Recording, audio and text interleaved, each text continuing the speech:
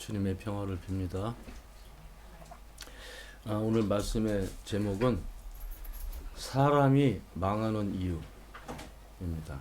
사람이 망하는 이유. 본문 말씀은 이사야서 3장에 있는 말씀, 이사야서 3장 1절에서 15절까지의 말씀입니다. 설교 제목이 좀 거시기 합니다. 교회 와서 설교 듣는데 망하는 이야기를 듣게 되면 얼마나 상심이 될까. 그렇지만 알아야 됩니다. 망하지 않으려면. 모든 사람들이 인생의 목적을 가지고 삽니다. 그 목적은 성공하는 겁니다. 잘 되는 겁니다. 다른 사람보다 더 명예를 얻고 또 정말 시샘말로 잘 나가는 겁니다. 나도 잘 되고 내 자식들도 잘 되고.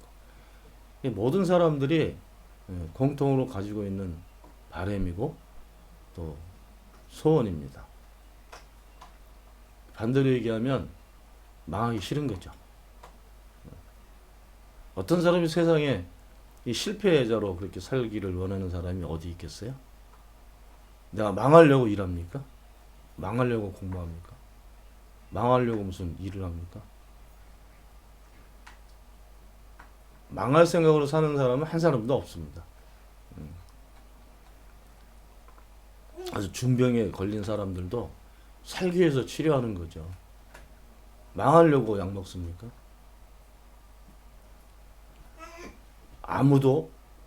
세상에 아무도 망하기 위해서 사는 사람은 없습니다. 내 의지든 타인의 어떤 계획과 의지든 어떤 경우든지 복되게 잘 살고 싶은 게 사람들의 생각이고 마음입니다. 사람이 망하는 이유가 있습니다. 그런데 성서를 읽어도 우리는 좀 나은데 위안이 되고 또 도움이 되고 뭔가 위로가 되는 그런 말씀들을 좋아합니다. 그리고 실제로 그런 성서 말씀을 통해서 힘도 얻고 위로도 얻고 또 희망도 가지고 그렇게 사는 겁니다.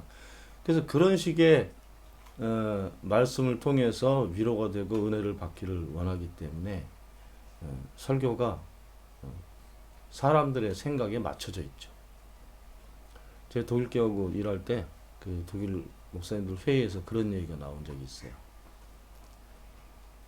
독일 교회가 교인들이 전부 떠나기 시작해서 지금은 그 예배당들이 문을 다 닫습니다. 전 세계적인 현상이지만 한국도 곧 그렇게 되겠지만 이 독일 교구는 좀 특이해서 한 교구가 한 3,000명에서 5,000명 정도 등록된 교인, 등록된 교인들로 구성되어 있고 그 주민들을 위해서 예배당을 크게 짓습니다. 크다 그래야 뭐 한국보다 크겠어요. 한 뭐 200명 정도 들어갈 정도 크기로 예배당을 짓습니다. 개마인드라고 합니다. 근데 작년 한 해 동안 그런 3,000에서 5,000명 되는 그 교구가 25개가 없어졌어요. 우리 이 북독 지역만. 초토화된 겁니다. 근데 이미 20년 전에 그런 회의 도중에 발언을 한 목사님들이 있었는데 어떤 이야기인가 하면 독일이 2차 대전에서 졌잖아요. 패망해가지고 완전히 전국이 초토화됐습니다. 근데 아직까지 이해 안 되는 것은 독일을 무찔렀던 연합군들이 미국하고 영국 중심으로 다시 국가를 세울 수 있는 비용을 대줍니다. 한쪽에서는 뭐 그 전쟁 치면은 다 그 비용 다 지불해야 되잖아요. 근데 재건을 시켜줘요. 그래가지고 한 10년, 15년 정도 지났을 때 라인강의 기적. 강대국이 되어버립니다, 다시. 부자 나라가 됐어요. 근데 전쟁에서 지고 그 60년대 중반까지 그때까지 사람들이 굉장히 힘들게 살았습니다. 먹을 것도 없죠. 농사도 못 짓죠. 그래서 막 길거리에 쓰러진 막 말들 잡아먹고 막 그랬어요. 감자 심어가지고 간신히 감자 먹고 살고. 굉장히 힘들 때, 그리고 희망이 보이지 않을 때 독일 사람들이 예배당을 찾았습니다. 교회가 교인이 너무 많이 와가지고 바깥에다 의자를 놓고 예배를 드렸대. 의뢰의 주일날 10시 되면 예배 가는 걸로 생각하고, 그래 와서 어찌됐든 예배를 드리고 설교를 들으면서 힘도 얻고 위로도 얻고 그렇게 살았던 겁니다. 그래서 너무 교인들이 많이 교회를 찾아와가지고 그 교구에다가 다시 예배당을 하나 또 졌어. 그 진 예배당도 꽉꽉 찼어요. 우리 한국도 70년대 말 80년대 중반 그때까지는 예배당이 꽉꽉 찼습니다. 그러니까 예배 교회 가는 것밖에 그렇게 큰 위로 얻을 데가 없기 때문에. 그래가지고 어떤 현상이 있었냐면 그때부터 독일 교회가 사람들을 위로하고 사람들에게 용기 주는 설교를 하기 시작했어요. 이게 결국 어떻게 됐습니까? 교인들이 신앙이 약해졌대요. 듣기 좋은 얘기만 듣고 그리고 가니까 정말 알아야 될 것을 알지 못하고 경건이 뭔지 성령의 역사가 뭔지 이런 건 독일께서 얘기 안 하니까 거저 귀로 듣기 좋은 이야기만 듣고 가는 그런 예배가 되어서 교인들이 신앙심이 약해졌다는 거예요. 그 실제로 그때부터 교인들이 예배당에 안 모이기 시작했습니다. 그래서 처음에는 제가 왔을 때 처음에 한 30년 전이니까 그때는 그래도 한 7, 80명 이렇게 모였어요. 근데 5년쯤 지나니까 30명 모이더라고요. 5,000명 중에 30명.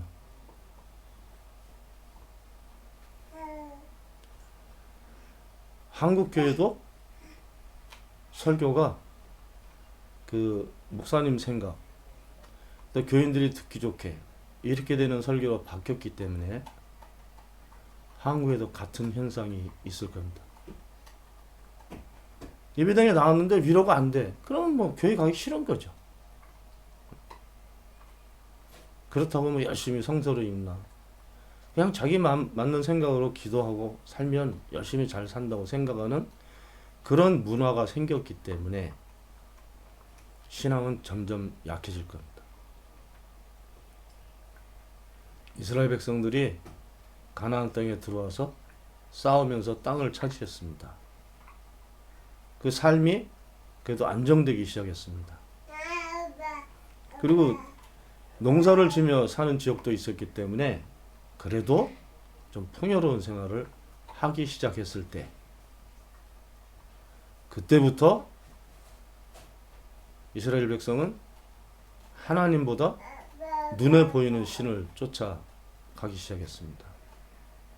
눈으로 확인되는 바알, 풍요의 신이에요. 농사가 잘 되면 하나님 생각보다 바알이 더 생각하기 시작한 겁니다. 그래서 안식일은 집에서 지키고 또 하루는 바알 신전에 갔어요. 양다리를 걸치고 살았습니다. 그렇게 살면서 맞다고 생각하고 살았어요. 이사야서와 에레미야서는 그렇게 살고 있는 이스라엘 백성들과 유다 백성들에게 하시는 하나님의 질책의 말씀입니다. 물론 이사야 전체 구조로 보면 희망의 메시지죠. 그렇지만 희망의 말씀을 전하시기 전에 처음에 야단하시는 내용으로 시작이 됩니다. 오늘 본문도 마찬가지입니다. 야단하시는 이유가 있죠. 왜 야단하실까요? 하나님 보시기 아니다. 저렇게 살면 안 돼. 그런 삶을 계속 살게 되면 망하기 때문에 그렇습니다. 간단해요.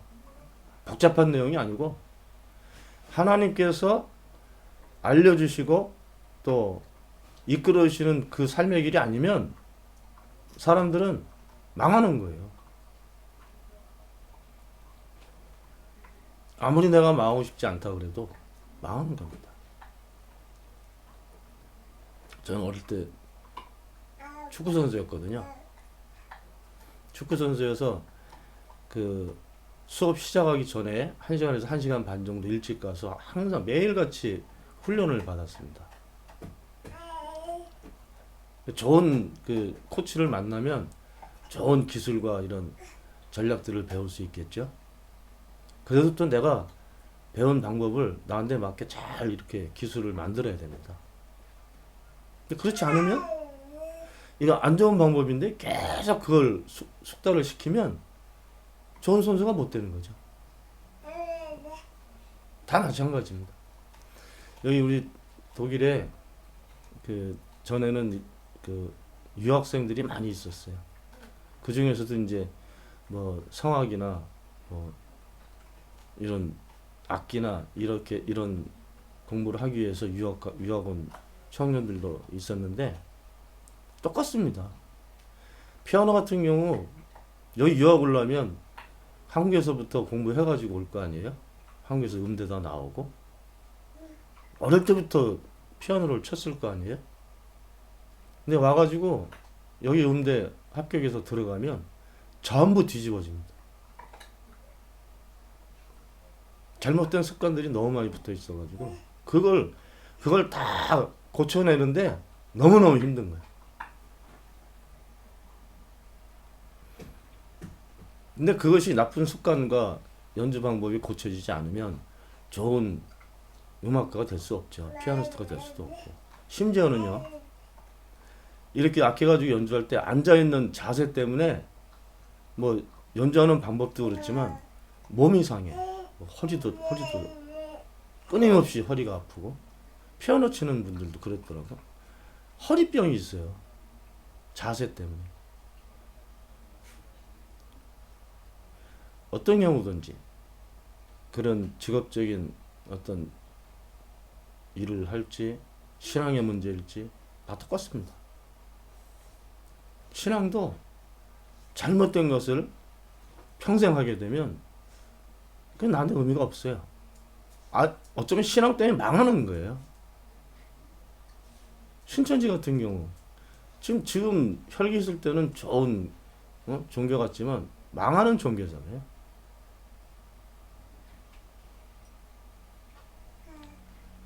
요즘은 그냥 청년들 사이에서는 이런 서양 전 보고 한국이 뭐 사주 보고 이런 게 그냥 트렌드가 됐더라고. 귀신 섬기고 살면 망해요. 왜냐하면 제가 자주 얘기하지만 귀신은 나한테 뭐 필요한 도와주는 것 같지만 결국 나를 뜯어먹고 살아야 되는 존재이기 때문에 내가 망할 때까지 뜯어먹어. 이스라엘 백성들이 하나님에게서 눈을 돌리는 순간에 그 교회 안에서 얘기하면 죄에 빠집니다. 죄에. 성서에서 악인은 하나님을 인정하지 않든지 하나님이 없다고 생각하며 사는 사람들이 악인이에요. 악인의 꾀를 쫓지 아니하고 시편 1편에 나온 표현인데 의인은 그런 악인의 꾀를 쫓지 않아.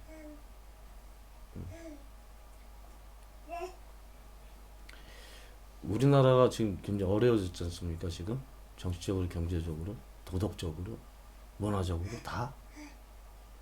왜 그래요? 지도자들이 잘못 섰기 때문에. 지도자들을 잘못 세웠기 때문에. 이스라엘 백성들도 오늘 그 이사야 3장 보게 되면 야단 맞아요. 하나님께서 백성의 지도자들과 장로들을 법정에 세웁니다. 왜? 잘못 가르쳤기 때문에, 잘못 인도했기 때문에 사람들이 다른 것을 이걸 맞다고 생각하며 살기 시작했거든요. 막 싸움을 해도 괜찮은 거야. 나는 정당하니까 정당하게 싸움하는 거야. 다툼이 왜 일어납니까? 서로가 스스로가 맞다고 생각하기 때문에 일어나는 거예요. 요새는 그것도 아니고 그냥 아무 이유도 없이 막 길거리에 사람 죽이고 막 그러잖아요. 여기도 똑같아요. 아무 이유 없이 총 들고 가서 그냥 다 쏴가지고 몇십 명씩 죽고. 이유가 없어.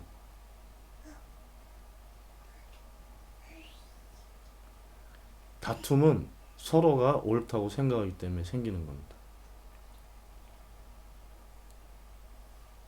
근데 사람들이 사는 방법들은 나 스스로를 옳다고 주장해서 그 주장을 이루어내고, 그리고 내가 알고 있는 것이 진리라고 생각하고 그것을 가지고 싸워서 승리했다고 생각하고,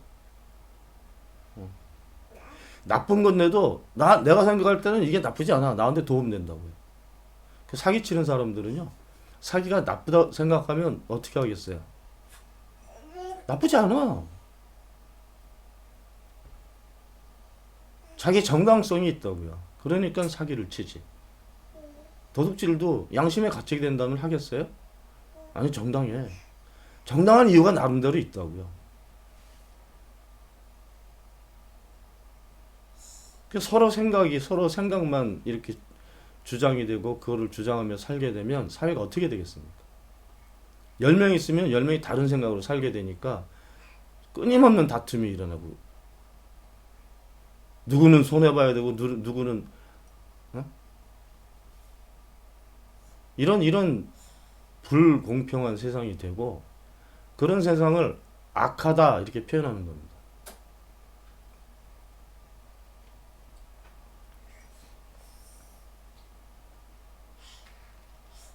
머리 좋고 똑똑한 사람들, 많이 배운 사람들이 좋은 사람들은 아니에요. 그 사람들만 좋은 사람들이 아닙니다.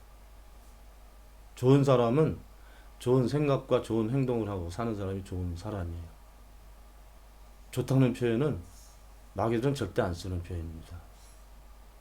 옳다, 좋다, 의롭다, 정직하다 이런 표현들은 마귀들은 안 써요. 써도 가짜로 쓰지. 좋다, 바르다, 의롭다, 깨끗하다 이런 표현들은 하나님 나라에서 쓰는 표현입니다. 억지로 쓰지 않아도 그런 표현을 쓰며 살게 돼 있어요.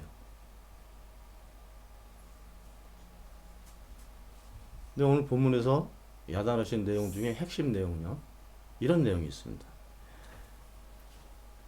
8절, 이사야 3장 8절 보면, 드디어 예루살렘이 넘어지고 유다는 쓰러진다. 그들의 말과 행동으로 주님께 대항하며. 주님께 대항한다는 말은 뭐예요? 하나님 나하고 싸웁시다 이런 거 아니에요. 하나님의 계획과 하나님께서 알려주신 것들을 무시하는 거지. 대신에 내가 알고 내가 깨우친 것, 내 주변에서 하고 있는 다른 사람들이 하고 있는 것들을 내 삶의 조건과 목적과 행동 범위로 받아들여서 그렇게 사는 거예요. 하나님께서 알려주시고 계획하시는 것을 내 머리로는 가지고 있다 해도 내 몸으로는 사라지지 않는 거예요. 하나님께서 원하시는 것을 반대로 사는 거예요. 그걸 대항했다 이렇게 표현한 거죠. 그리고 하나님의 영광스러운 현존을 모독하였기 때문이다. 하나님은 살아계신 분이거든요.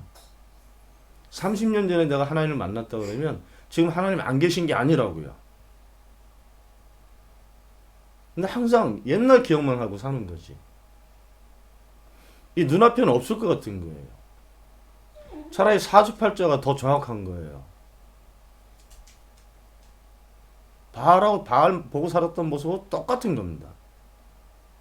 농사가 잘 됐어. 야, 바알이 도와줬어. 이게 일반화되어 있었던 거예요. 하나님 없는 듯이 사는 겁니다. 그렇게 되면 오늘 본문을 보시면 드디어 예루살렘이 넘어지고 유다는 쓰러진다. 집안이 무너지고 먹을 것과 빵과 물을 없애신다. 옷도 없어.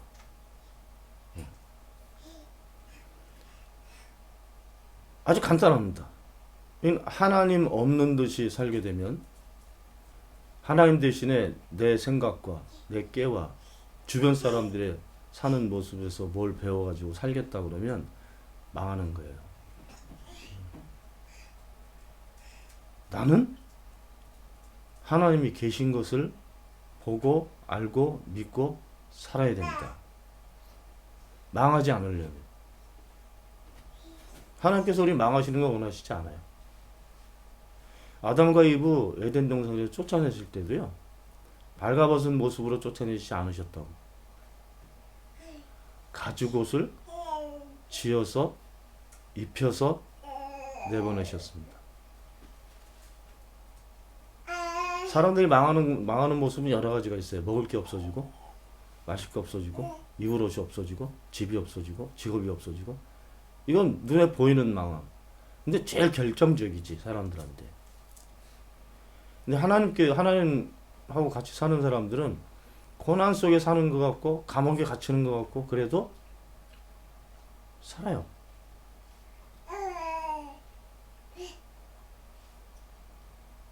하나님 살아계십니다. 그리고 살아계셔서 우리를 보고 계시고 우리와 함께 하시고 우리를 살리시기 위해서 여러 가지 계획과 프로젝트를 만드시는 분이에요. 사람들은 그 어려운 순간을 지나고 나면 그것을 깨닫게 됩니다. 한 번도 하나님은 사람들을 버리신 적이 없어요.